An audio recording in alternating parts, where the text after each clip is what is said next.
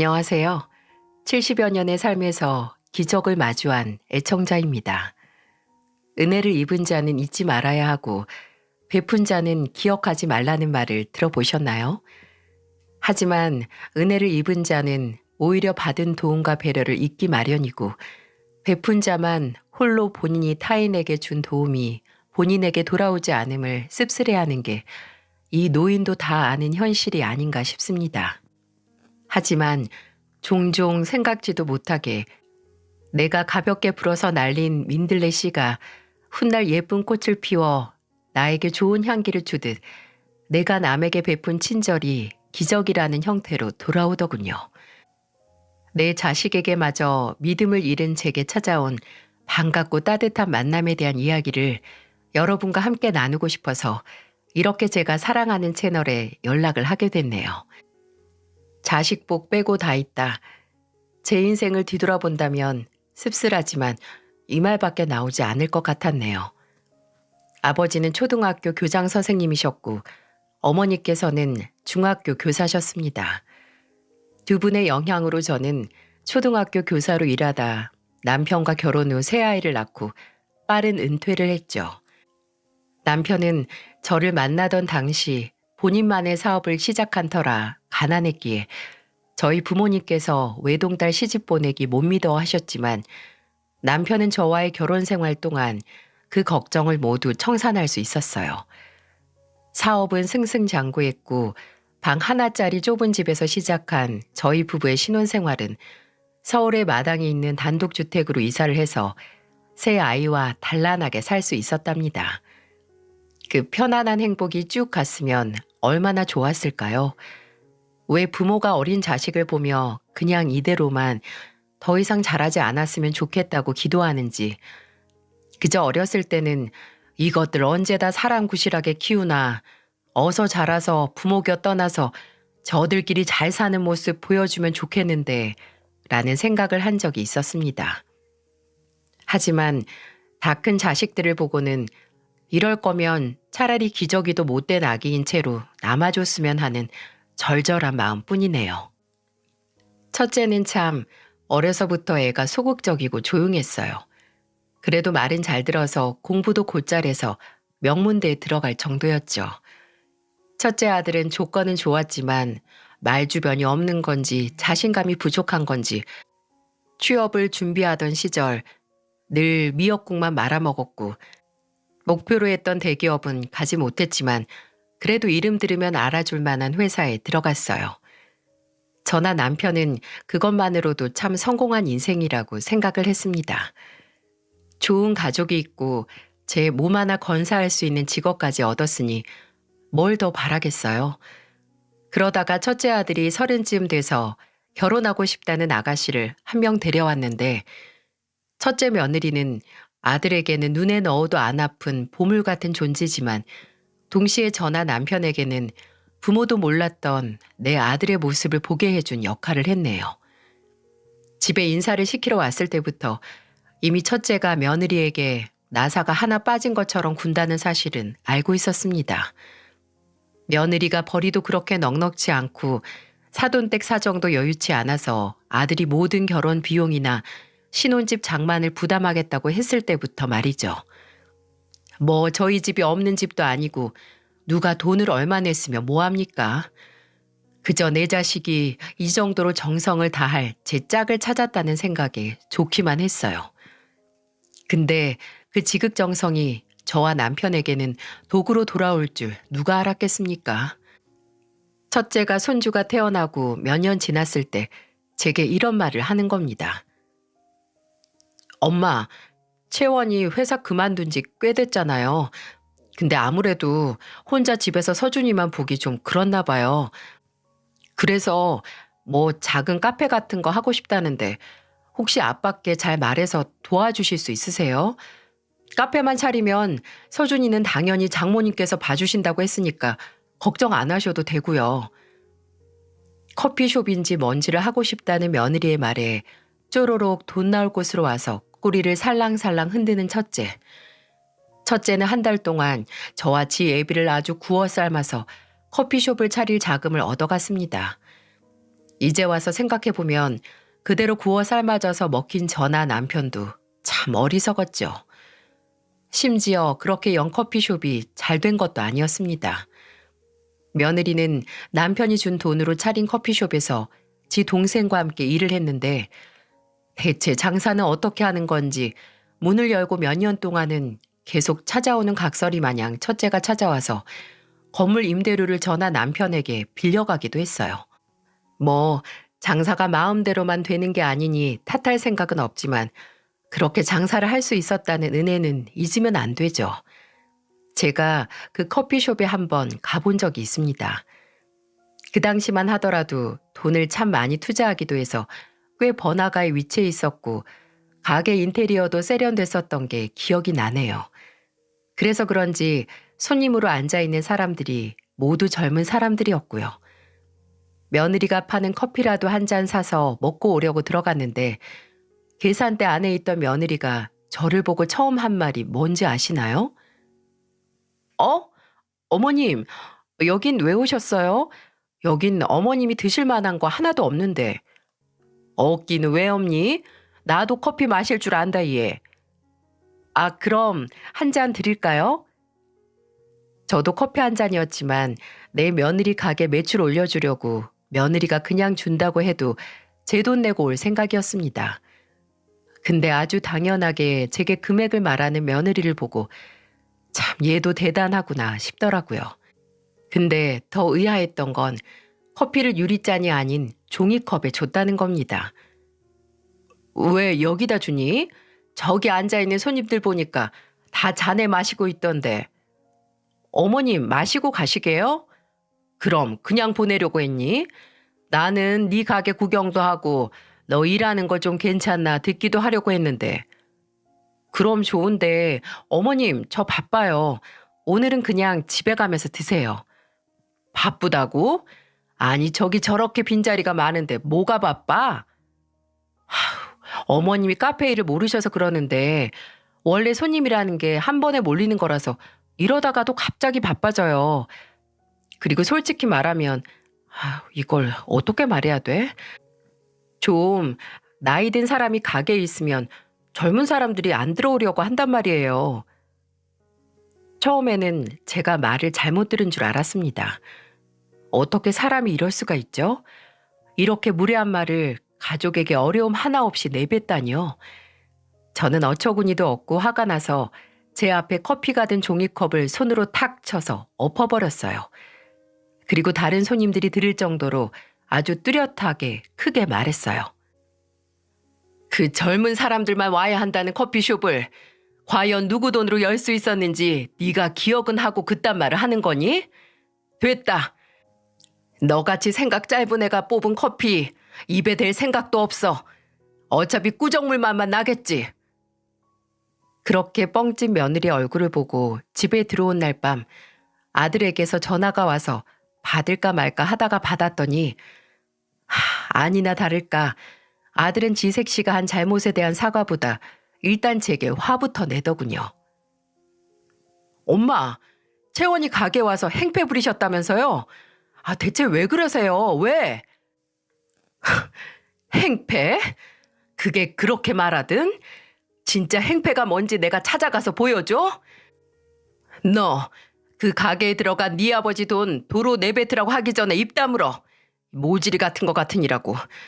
원래 애가 총명하진 않았어도 뭐가 옳고 그른 건 안다고 생각했는데 마누라 얻은 다음부터는 어째 모지리가 됐어. 내 자식이니 이런 말로 끝냈지. 남이었다면 정말 소송을 걸어서라도 이때까지 빌려준 돈 다 갚으라고 했었을 겁니다. 부모가 된다는 게 그저 자식에게 뭐가 우선이고 자식이라면 장기도 모두 내어줄 수 있다지만 그런 사랑이 오히려 첫째에게는 독이었나 봅니다. 그렇다고 둘째나 셋째는 뭐가 더 나았을까요? 윗물이 맑아야 아랫물이 맑은데 윗물이 탁하고 지저분하니 아랫물들도 줄줄줄 말썽이네요. 둘째는 어려서부터 늘 지 아버지처럼 사업을 하고 싶어 했습니다. 공부머리가 지 형만큼은 아니었지만 경제학과를 나와서 사업을 하겠다고 열정이 대단했죠. 남편은 아버지를 존경하는 마음으로 본인의 발자국을 걷는 둘째를 응원하기 위해 초기 사업 자금도 도와줬습니다. 근데 존경하는 마음은 넘쳤지만 운과 능력이 따라주지 않았는지 처음 시작했던 투자 회사는 영 빛을 보지 못했네요. 그런 둘째가 비빌 구석이라고는 저와 남편밖에 없었고, 저도 남편도 자식이 어떻게든 지 사업을 하겠다고 아등바등하는 둘째의 부탁을 들어줬고 힘이 되는 데까지 도와줬습니다. 매일 일이 안 풀려서 힘들다, 지 안에 볼 면목이 없다, 우는 소리만 하던 놈이 어느 날 갑자기 지 자식 해외 유학 보냈다는 소식을 전해오기까지 말이죠. 심지어 소식을 먼저 전한 것도 아니었네요. 그해 초등학생이던 손주는 어느 날부터 제 집에 찾아오지도 연락도 안 되기 시작했어요. 둘째 아들은 자식들 중에 가장 먼저 결혼을 하기도 했고 속도 위반으로 애를 낳아서 저와 남편에게 제일 먼저 손주를 안겨줬기에 저나 남편이나 첫 손주에 대한 애착이 좀 있었거든요. 예, 준우는 좀 있으면 중학교 들어간다고 공부하느라 할머니 할아버지 집도 안 오는 거니? 아무리 그래도 쉬엄쉬엄 해야 애가 안 지치지. 아, 걱정 마세요. 그냥 요새 공부하느라 체력이 좀 딸려서 집에서 쉬라고 했어요. 둘째와 며느리가 이렇게 말하니 저나 남편은 철석같이 믿고 있었죠. 그렇게 몇 달 후에 저는 둘째 며느리의 어머니, 그러니까 제 사부인과 통화를 하다가 알게 됐어요. 손주가 조기 유학을 갔다는 걸 말입니다. 골이 띵 하고 울리더군요. 매일 돈이 없다, 사업이 힘들다 하던 놈이 지 아들 유학까지 보내고 심지어 보내기 전에 저나 남편에게 알리지도 않고 손주 인사도 안 시키고 그냥 야반도주 아들 보내버린 다음에 뻔뻔하게 계속 거짓말을 했다니. 사실을 안 저도 화가 나고 배신감을 느꼈지만 남편이 정말 불같이 화를 냈습니다. 남편은 둘째를 집에 불러다가 뺨을 사정없이 날리며 말했어요. 네가 얼마나 나나 네 엄마를 무시하면 네 자식 유학 보냈다는 소리도 없이 계속 한국에 있는 척 연기를 해. 내가 준우 유학 갔다고 하면 유학 보낼 돈 있으니까 이제 힘들다고 해도 돈 안 줘야겠다. 이럴까 봐 숨겼냐? 네가 내 자식이면 처음으로 생긴 첫 손주 공부하러 외국 나간다. 인사시킬 염치나 상식이 있어야지. 너 앞으로 자식이라고 부모한테 손 벌릴 생각하지 마라. 너 나나 네 엄마 부모로 생각 안 하는 놈이야. 둘째는 손이 발이 되게 빌고 무릎을 꿇고 남편 바지가랑이에 매달려 용서를 빌었지만 남편은 단호했습니다. 그 후로도 둘째는 제발 용서해달라, 도와달라 찾아오고 연락도 했지만 저나 남편은 쳐다도 보지 않았어요. 그리고 셋째, 하나뿐인 딸은 저나 남편에게 가장 아픈 손가락 중 하나일 겁니다. 순하고 착한 딸은 그야말로 남자 하나 잘못 만나서 신세 망쳐서 부모 가슴에 대못을 박았으니까요. 대학 나와서 취직해서 자리 잡을 때까지 주변에 친한 남자 한 명 없던 딸은 어느 날 딱 봐도 건달 같은 놈을 집에 데려오더니 대뜸 신호 위반으로 애가 들어서서 결혼을 하겠다고 하더군요. 그렇게 생긴 하나 있는 사위는 술집을 한다고 했고요. 근데 이것도 다 거짓말이었습니다. 술집을 운영하는 게 아니라 흔히 기도라고들 하죠. 술집 영업장 관리를 하는 일을 하던 거였네요. 차라리 이뿐이라면 눈 한번 질끈 감고 넘어갈 수 있습니다.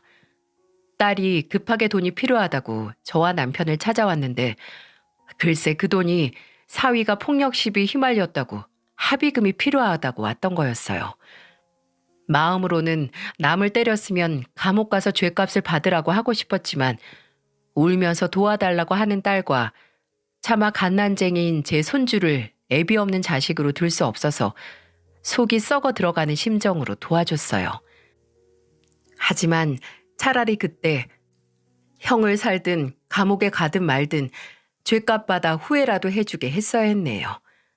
그 후에도 사위는 폭행, 음주운전, 영업 방해까지 아주 현란하게 쓰레기 같은 짓을 하고 다녔고 그럴 때마다 딸이 울면서 찾는 건 저와 남편뿐이었습니다.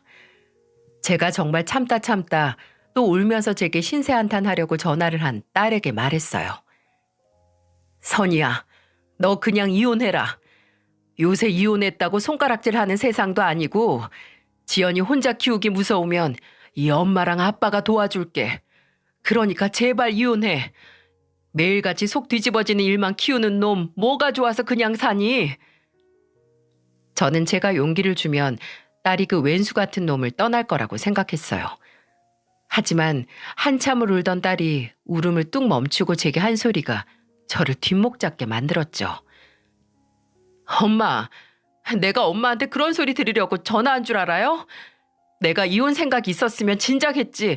왜 엄마한테 전화해서 이러겠냐고요. 어떻게 하나 있는 딸 이혼녀 만들 생각을 해요? 엄마, 그냥 말해요. 엄마나 아빠나 처음부터 종훈 씨 마음에 안 들어 했잖아요. 딸이 힘들어할 때 옳았구나 하고 눈에 가시 같은 사위 치워버리려고 하는 거 내가 모를 줄 알아요? 대체 어느 장단에 춤을 추라는 건가요? 신나게 지 남편 때문에 못 살겠다고 울어서 도와주겠으니 이혼해라 한마디 한 게 부모로서 이리 질책을 받을 일인가요? 지랑 지 새끼 살게 찾아주겠다고 했는데 도리어 잡아먹을 듯이 덤비는 딸에게 도저히 참을 수 없어서 제가 한 소리 했습니다. 그럼 내가 너 우는 소리에 그냥 어쩌면 좋니? 그래도 살아야지 할까? 너 듣기 좋은 말만 듣고 싶으면 산에 올라가서 메아리라도 쳐. 딸 자식 죽고 싶다는 말 골백 번을 들어서 속 터지는 나한테 호소하지 말고. 너 이혼 생각 없으면 나한테 연락해서 네 소중한 남편 욕하지 마라.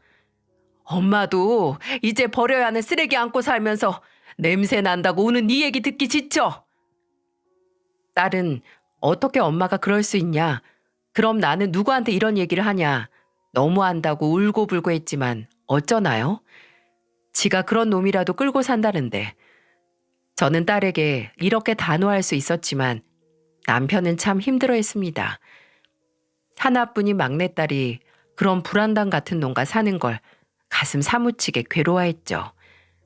내 자식이지만 저마다 다른 사정과 변명으로 부모를 지갑 보듯 보는 돈벌레 같은 자식들 때문이었을까요? 남편은 곧 이른을 앞두던 어느 날 뇌출혈로 쓰러지게 됐습니다. 몸살을 크게 앓던 남편은 열흘 뒤에 구토를 하면서 정신을 잃었어요. 구급차를 타고 병원에 도착했을 때 몇 개의 검사 끝에 남편이 잔해 지주막과 출혈이라는 걸 알게 됐고 터질 위험이 있으니 그 전에 수술을 해야겠다고 하더군요. 하늘이 무너졌죠. 부부란 게 언젠가 죽음으로 헤어져야 하는 운명이라는 건 알았지만 그 순간이 이리도 빨리 찾아올지 몰랐습니다. 남편은 긴 수술에 들어갔고 그때 제 곁을 지켜준 건 그래도 피부치 노릇을 하려는 자식들이었어요. 지들도 아버지가 쓰러졌다는 소식에 놀라 한 걸음에 달려왔는데 그래도 내 자식들은 맞구나 싶더라고요.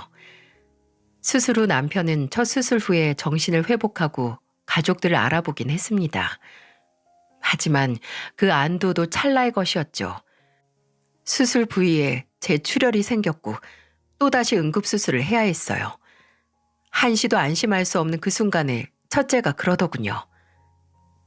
엄마, 이런 말씀드리기 조심스럽지만 아버지 정말 가망이 없어 보여요. 조금이라도 희망이 있을 때 아빠 유산 정리하고 집도 처분한 다음에 그냥 저랑 같이 살아요. 제가 아빠가 떠나신 후에 어떻게 엄마 혼자 사시게 내버려 둘 수가 있겠어요.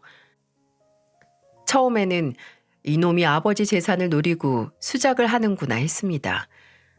하지만 재산이라고 해봤자 집과 아주 소액의 노후자금 뿐이었어요.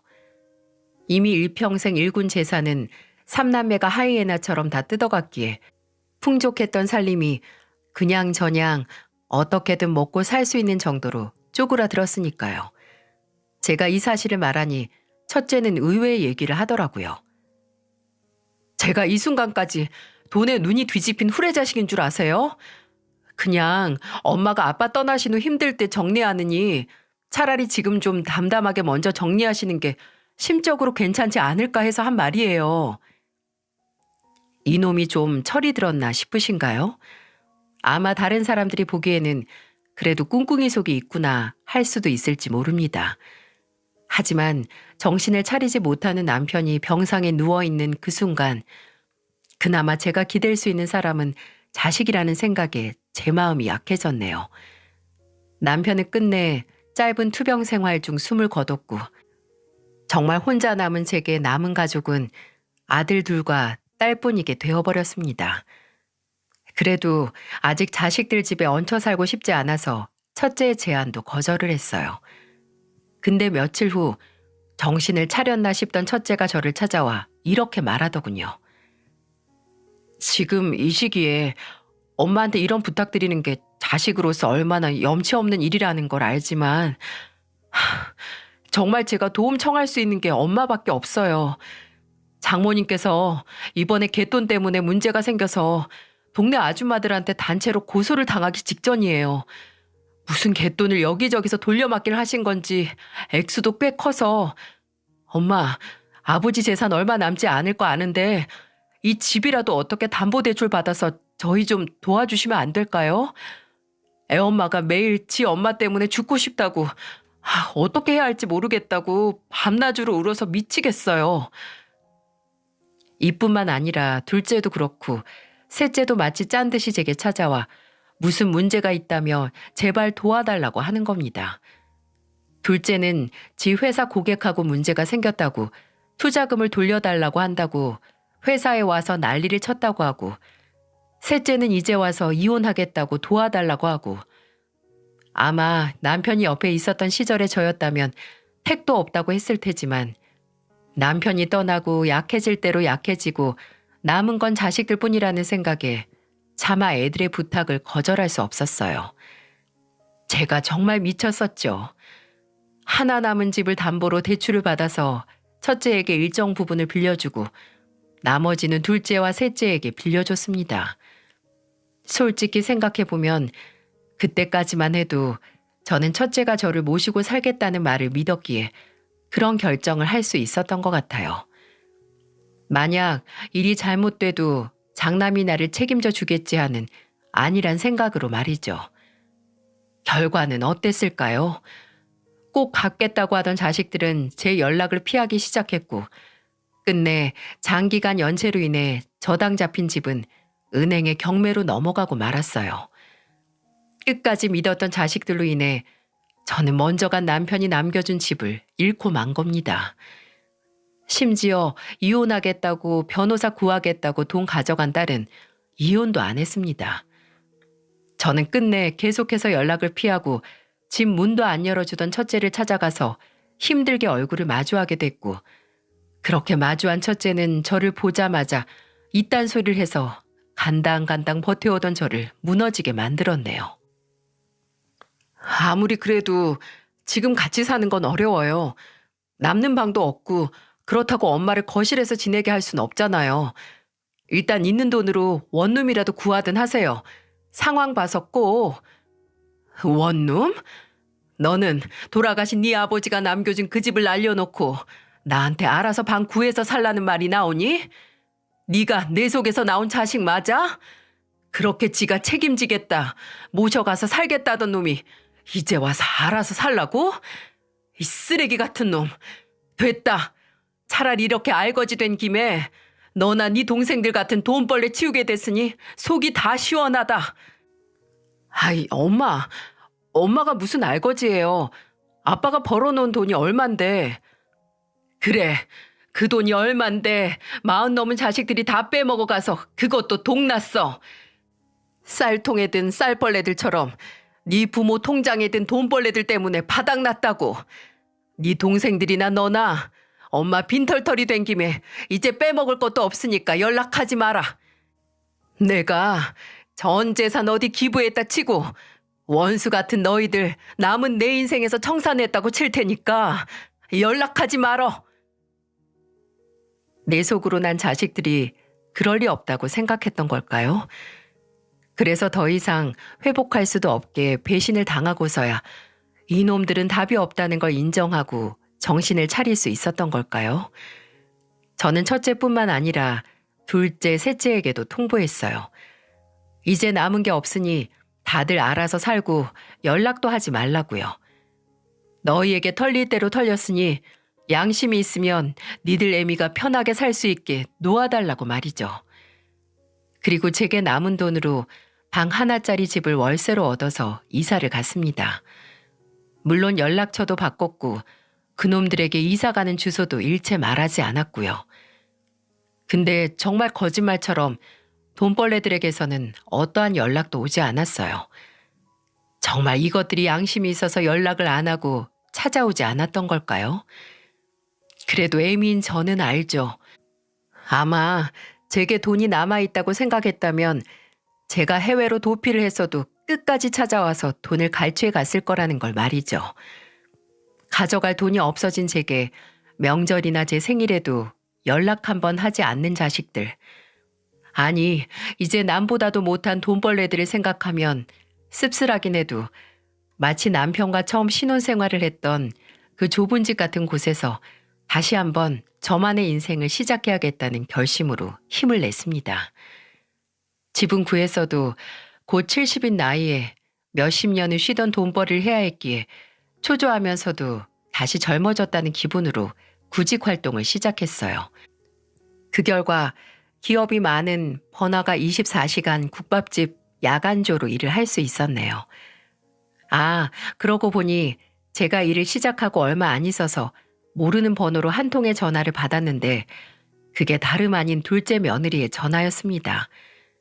둘째 며느리는 귀신같이 제가 식당 일을 한다는 소식을 언제 들었는지 대뜸 일은 할만하냐, 얼마 받냐는 질문을 하더니 유학 간 손주에게 보내는 생활비 대기 좀 힘들다는 말을 꺼내기 시작하더군요. 딱 봐도 그 생활비를 제게 달라는 소리가 나올 것 같아서 바로 끊어버렸습니다. 제가 일하는 식당은 손님이 그 근처 회사에서 야근 마치거나 회식을 하고 아예 해장까지 하고 가는 회사원들 뿐이니 야간조에는 바쁘지 않다고 나이 들어서 손이 느린 저도 할 수 있는 일이라고 하더군요. 하지만 그렇게 저를 배려해준 사장님의 말이 괜한 말인 것처럼 저는 그곳에서 주방일과 함께 서빙일까지 겸할 수 있었습니다. 100세 시대, 100세 시대 하면서 요새는 정말 나이는 숫자에 불과하고 과거의 70대는 지금의 5, 60대와 같다는 말이 헛것이 아닌 것처럼 저도 그 나이에 하니까 되긴 되더라고요. 그저 그때 제게 주어진 기회와 다시 일하는 인간으로서 내 한 몸 책임질 수 있다는 생각에 그저 감사했습니다. 그렇게 매 순간순간에 감사하며 제 상황을 겸허히 받아들여서 하늘이 감동을 한 걸까요? 아니면 정말 제가 오래전에 던지고 던진 것도 잊고 있었던 부메랑이 되돌아온 걸까요? 어느 날 제가 일하는 식당에 기적이 찾아왔어요. 여느 때와 같이 새벽인 시간에 한산한 식당에서 일을 하고 있었습니다. 낮에 쓸 음식 재료 손질을 하고 나가서 손님들이 먹고 간 상을 치우고 있었는데 한 청년이 저를 힐끗 보는 게 느껴지더라고요. 근데 그게 한두 번이 아니어서 놀라지도 않았어요. 그 청년은 종종 제가 일하는 시간에 식당에 와서 밥을 먹고 갔었어요. 그 근처에 대기업이 하나 있는데 거기 사원증을 가지고 있던 걸 봐서 거기 다니는 회사원이라고 생각을 했죠. 나이는 한 30 초중반 정도 되었을까? 참 멀끔하게 생기고 예의도 발라서 대기업에 다니는데 저렇게 인성도 바르니 부모님께서 참 좋아하시겠다는 생각을 했었던 기억이 있어요. 근데 제가 그 청년을 기억하는 건 단순히 그런 것뿐만이 아니었네요. 어째 올 때마다 저와 눈이 많이 마주쳤어요. 처음에는 뭔가 필요한 게 있어서 그런가 싶어서 가면 청년은 아닙니다. 라고 어색하게 웃어 보였죠. 나중에는 어차피 눈이 마주쳐도 가봤자 아니라고 할 게 뻔하니 그러려니 했는데 궁금하긴 하더라고요. 아마 고향이 서울이 아닌데 고향에 계신 어머니가 나랑 닮아서 빤히 보나 보다 라고 저 혼자 그럴싸한 추측도 했습니다. 근데 이게 웬걸? 그 추측이 얼추 들어맞긴 했기에 큰 충격을 받을 줄 누가 알았겠어요. 그날도 또 저와 눈이 마주친 청년에게 그냥 빙그레 웃어 보이곤 제 할 일 하고 있는데 주방에서 같이 일하는 아줌마 하나가 저를 순영 여사라고 장난스럽게 부르는 게 들렸습니다. 일하는 직원들끼리 출출하면 야식같이 음식을 만들어 먹는데 그날은 뭘 먹고 싶냐고 묻기 위해 부른 거였어요. 간단하게 육수에 소면이나 말아 먹자라고 말을 한 뒤 다시 식탁 서랍에 깨끗한 수저들을 채우고 있는데 누가 제 어깨를 툭툭 건드리기에 뒤로 확 돌아봤습니다. 제 어깨를 두들긴 건 다름 아닌 대기업에 다니는 그 청년이었고 청년은 아주 심각한 얼굴로 제게 말했습니다. 저 실례지만 혹시 조남이 김순영 씨 되시나요? 아, 네, 맞는데 왜 날 아시나요? 순간적으로 그렇게 식당에 올 때마다 나를 흘긋거리는 청년이 어찌 내 이름 석자를 알고 있을까 하고 어안이 벙벙했어요.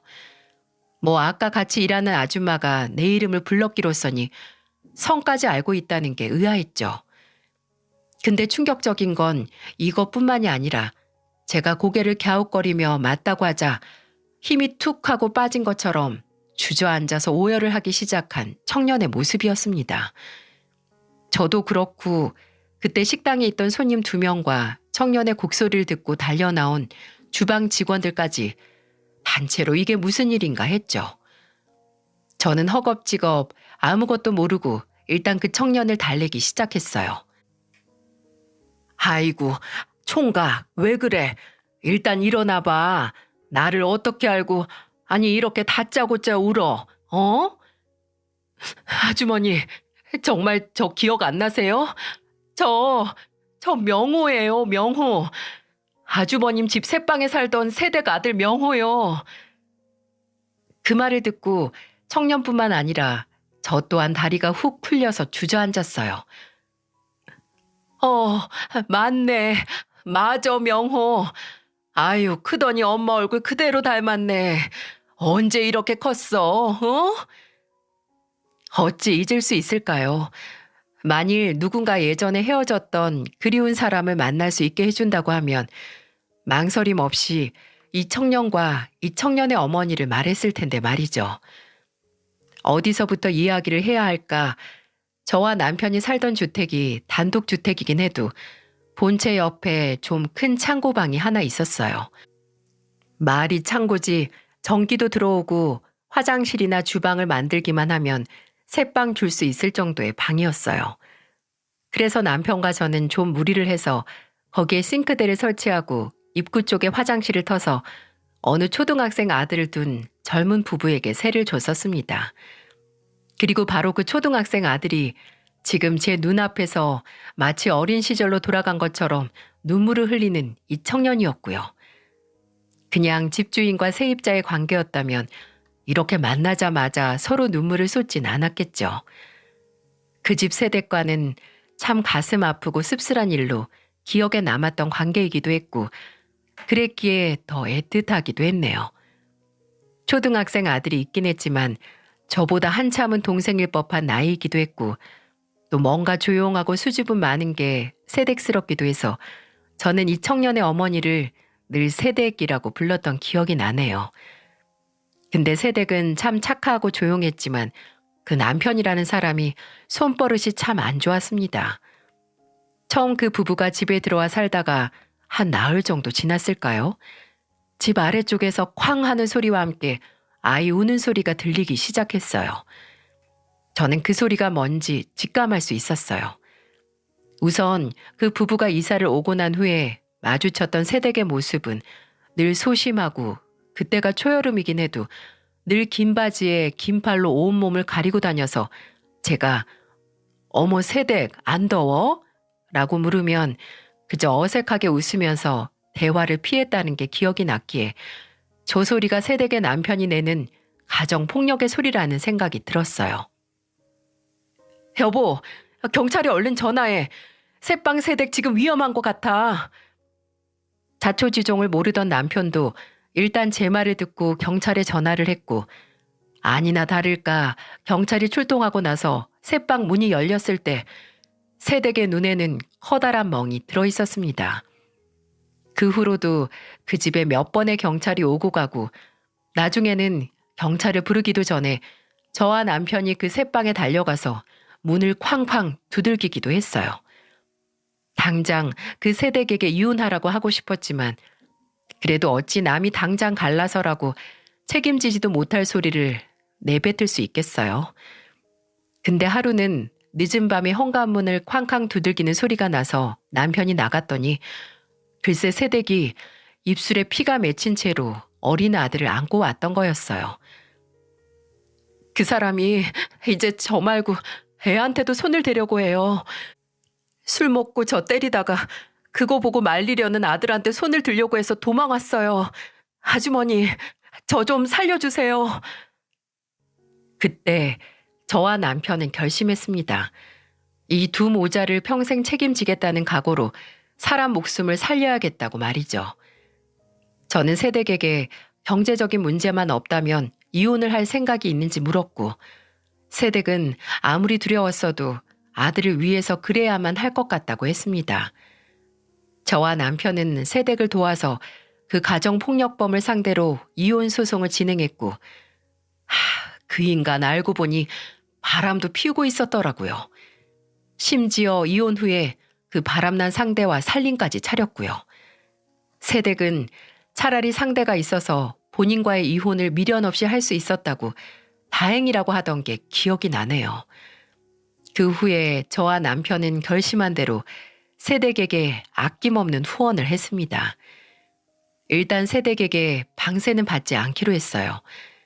새댁은 그럴 수 없다고 무슨 일을 해서든 돈을 벌어서 방세를 내겠다고 했지만 저와 남편은 돈을 벌어서 남는다고 해도 그건 하나 있는 아들을 위해 저축을 하든 뭐라도 더 사입히던 먹이던 하라고 했어요.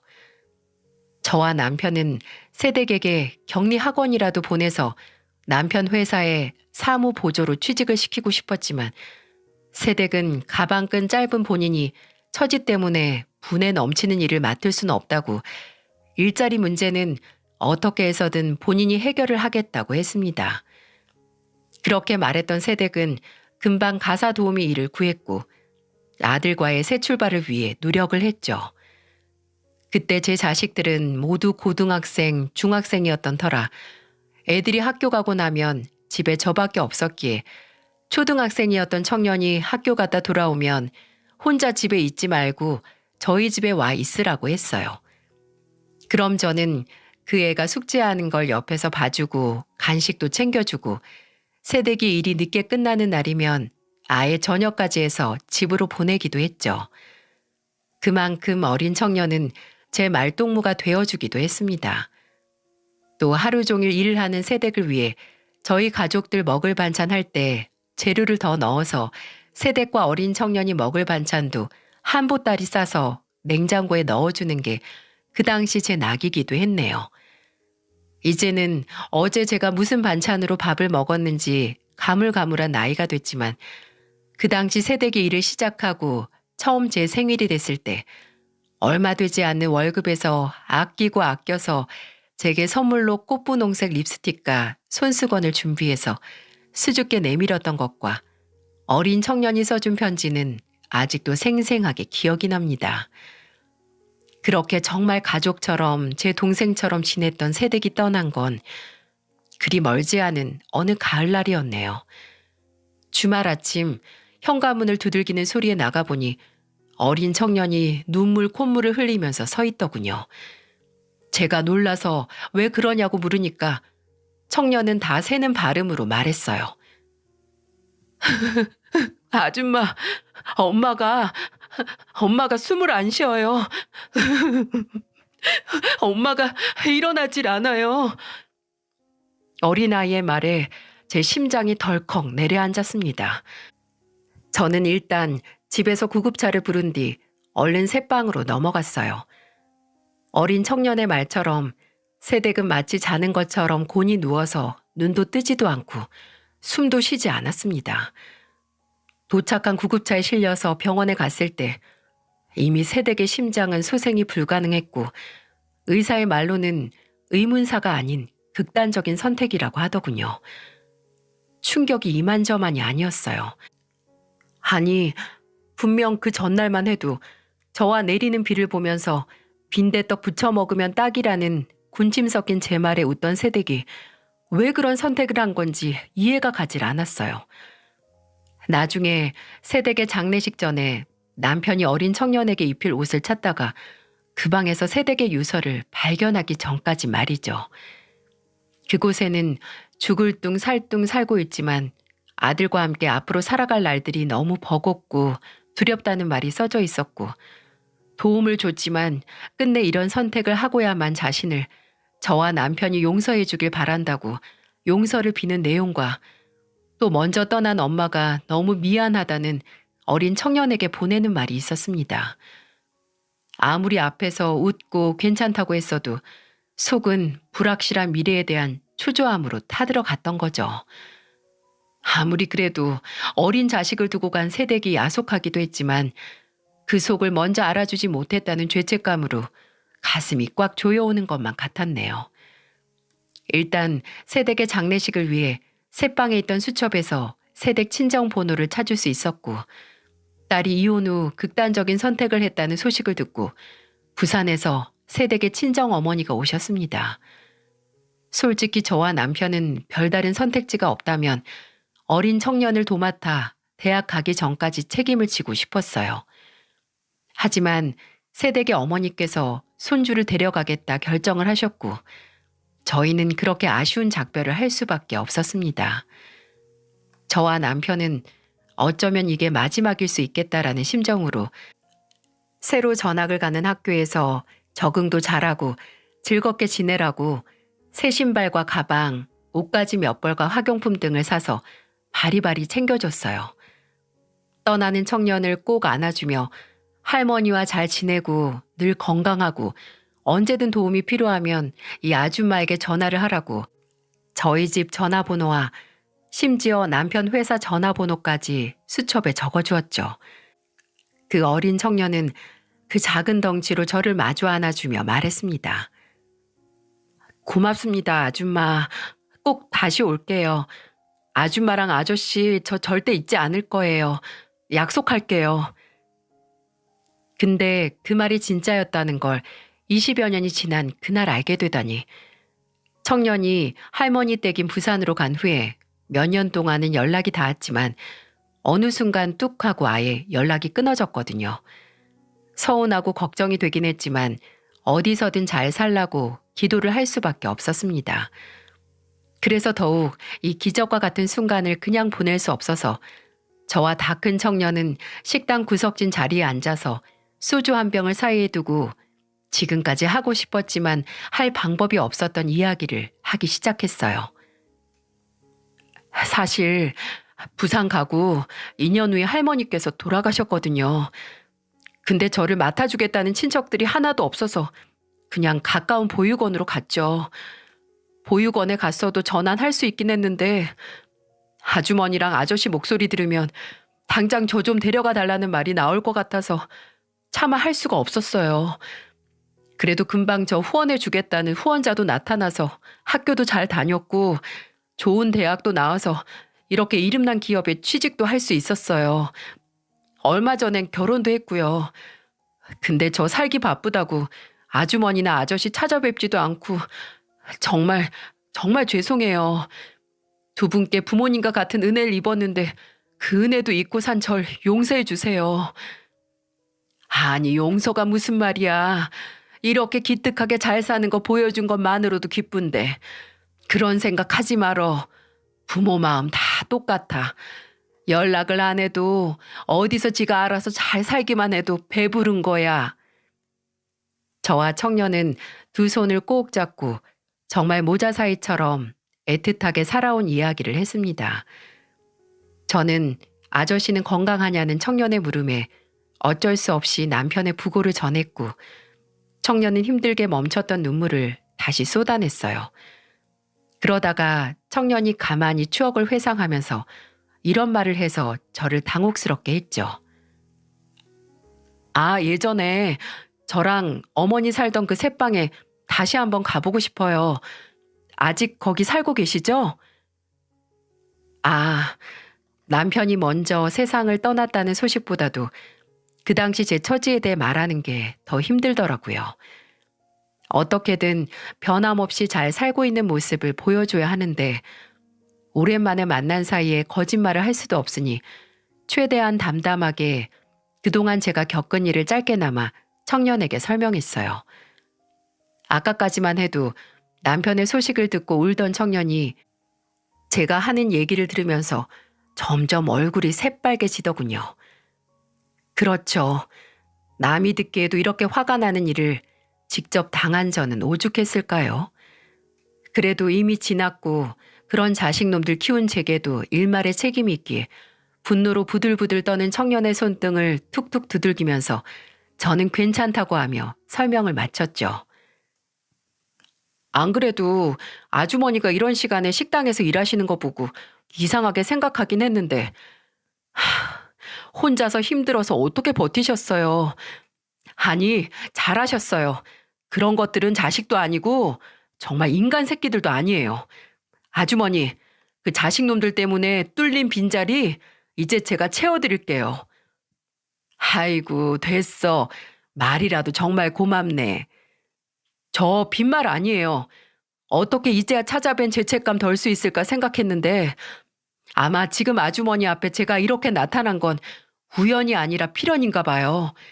제가 이제부터 아주머니의 가족이 될게요. 그러니까 행여나 힘들고 외로워졌을 때 그 인간을 찾지 마시고 저한테 오세요. 네? 저는 그저 웃으면서 고맙다고 든든하다고 말했습니다. 그 후로 뱉었던 말을 지킬 것 같이 청년은 저를 찾아왔어요. 심지어 결혼한 아내도 함께 와서 종종 셋이 식사를 하기도 했네요. 청년은 아내에게 저를 소개하며 우리 어머니 같은 분이야. 아주머니 안 계셨으면 나 이 자리에 안 있었어. 라고 해서 그동안 얼굴 못 봐서 서운했던 감정을 깔끔히 녹여주었습니다. 저는 이렇게 간간히 얼굴 보고 밥 먹고 하는 것만으로도 만족이었어요. 근데 아무래도 청년은 아니었나 보네요. 어느 날 제가 식당을 쉬는 날 저를 찾아오더니 함께 갈 곳이 있다고 저를 데리고 가는 게 아니겠어요? 도착한 곳은 청년이 사는 동네에서 멀지 않은 곳에 있는 아주 깔끔해 보이는 아파트였죠. 제가 여긴 누구네 집이냐고 물으니 청년이 바로 이해할 수 없는 소리를 했습니다. 아주머니가 마음에 들어 하시면 아주머니가 살게 될 곳이죠. 어? 명훈아, 그게 무슨 소리니? 지금 월세로 살고 있는 곳 정리하고 제가 알아본 두어 곳 있거든요. 오늘 거기 둘러보시고 마음에 드시는 곳으로 계약해요. 제가 당장 집은 못 사드려도 전세 정도는 해드릴 수 있어요. 기함을 할 노릇이었죠. 아무리 소중하게 다시 만난 인연이라고 해도 전셋집을 얻어준다니. 저는 제 눈에는 아직까지 헤어졌을 당시 그 어린 모습으로밖에 보이지 않는 청년에게 그만한 도움을 받을 수 없어서 거절을 했어요. 근데 그때 빨리 그 아파트 앞을 떠나고 싶어 발을 동동 구르는 제 어깨를 잡은 청년은 가만히 눈을 맞춰오더니 이런 말을 하더군요. 아주머니, 저 아주머니 하나뿐인 가족이 되겠다는 거 진심이에요. 그리고 제가 아주머니 가족이 되는 것처럼 아주머니도 혼자인 제 가족이 되어주시는 거고요. 늘 처가를 제 집처럼 생각했는데 이제 저한테도 부모님 같은 존재가 생기는 거라서 얼마나 든든하고 하루하루가 행복한지 아세요? 지금 제가 여기 있는 건 다 아주머니와 돌아가신 아저씨 덕분이잖아요. 어렸지만 저도 다 기억이 나요. 그때 아주머니랑 아저씨가 저희 어머니께 도움을 안 주셨으면 아마 평생 그 인간한테 맞으면서 살았을 테고 어쩌면 어머니는 더 빨리 안 좋은 선택을 하셨을 수도 있겠죠. 그리고 저도 그 안 좋은 선택의 피해자가 됐을 수도 있고요. 제가 살아있는 거 다 아주머니 덕분이니까 이런 일로 부담스럽다고 생각 안 하셔도 돼요. 이미 아주머니는 20년 전도 훨씬 전에 제게 이것보다 더한 도움을 주셨고 저는 앞으로 하나하나 다 갚을 생각이니까요. 이제 제 가족은 저라는 청년의 말에 그동안 자식들 없어도 괜찮다고 스스로 되뇌이던 바짝 긴장했던 마음이 안심도 되고 뜨끈하게 녹는 것 같기도 했습니다. 내 몸과 마음을 갈아서 키운 자식들은 끝내 제게 배신과 실망감만 안겨줬는데 까맣게 잊고 산 청년은 이제 저를 책임지겠다고 나서는 모습을 보니 천륜이라는 것에 대한 부질없음과 또 인연이라는 것에 대한 위대함을 새삼 느낄 수 있었네요. 저는 청년의 바람대로 청년이 마련해준 아파트로 이사를 했고 그 후로 2년이 지난 지금도 그곳에서 살고 있어요. 제가 이사를 하고 몇 달 후에는 청년의 장모님 그리고 장인어른과 만나 식사도 했고요. 청년이 처가 식구들에게 본인에게 부모님 같은 사람을 소개시켜 주고 싶다고 만든 자리였습니다. 지금도 청년은 일주일에 꼭 한 번씩은 절 찾아와 함께 식사를 하고 있고 당연하게 명절은 아내와 작년에 태어난 예쁜 딸까지 데리고 와서 시간을 보냈어요. 그리고 얼마 전 거의 3년을 생사도 모르고 살던 첫째에게서 연락이 왔었어요. 지 애미보다도 지극정성이던 아내와 처가에 무슨 이유인지 모르겠지만 이혼당해서 버림받았다고 너무 힘들어서 제 생각이 났다고 하면서 전화를 했더군요. 이제 와서 하나뿐인 모자 행세하자는 어처구니 없는 말에 그저 나는 너랑 연락 끊고 나서도 네 생각 안 났고 앞으로도 안 할 거다 라고 하고 전화를 끊었습니다. 어떻게 연락을 막는 방법을 몰라서 명호에게 말했더니 제 휴대폰을 가져가더니 알아서 막아주더군요. 앞으로도 제게 자식 같은 가족 같은 존재는 명호와 명호의 가족들 뿐일 겁니다. 은혜와 의리를 베풀어라. 인생 어느 곳에서든지 서로 만나지 않겠는가라는 말처럼 앞으로 내 행동 하나하나가 어떤 모습으로 내게 다시 되돌아올지 예상할 수 없는 게 인생이 아닌가 싶습니다. 평생 제 역할에 충실하고 거짓 없이 살았다고 자부했건만 자식들의 모습을 보며 그렇게 진실되게 살아온 날이 부질없다고 좌절했던 적이 있었습니다. 하지만 우연인지 필연인지 모를 재회로 인해서 다시 지금까지 살아온 제 인생에 대한 자부심을 찾은 것 같아서 그저 감사하기만 합니다. 그리고 그 자부심을 다시 한번 되새길 수 있는 자리를 마련해준 채널 관계자 여러분께도 감사의 말씀을 전하고 싶습니다.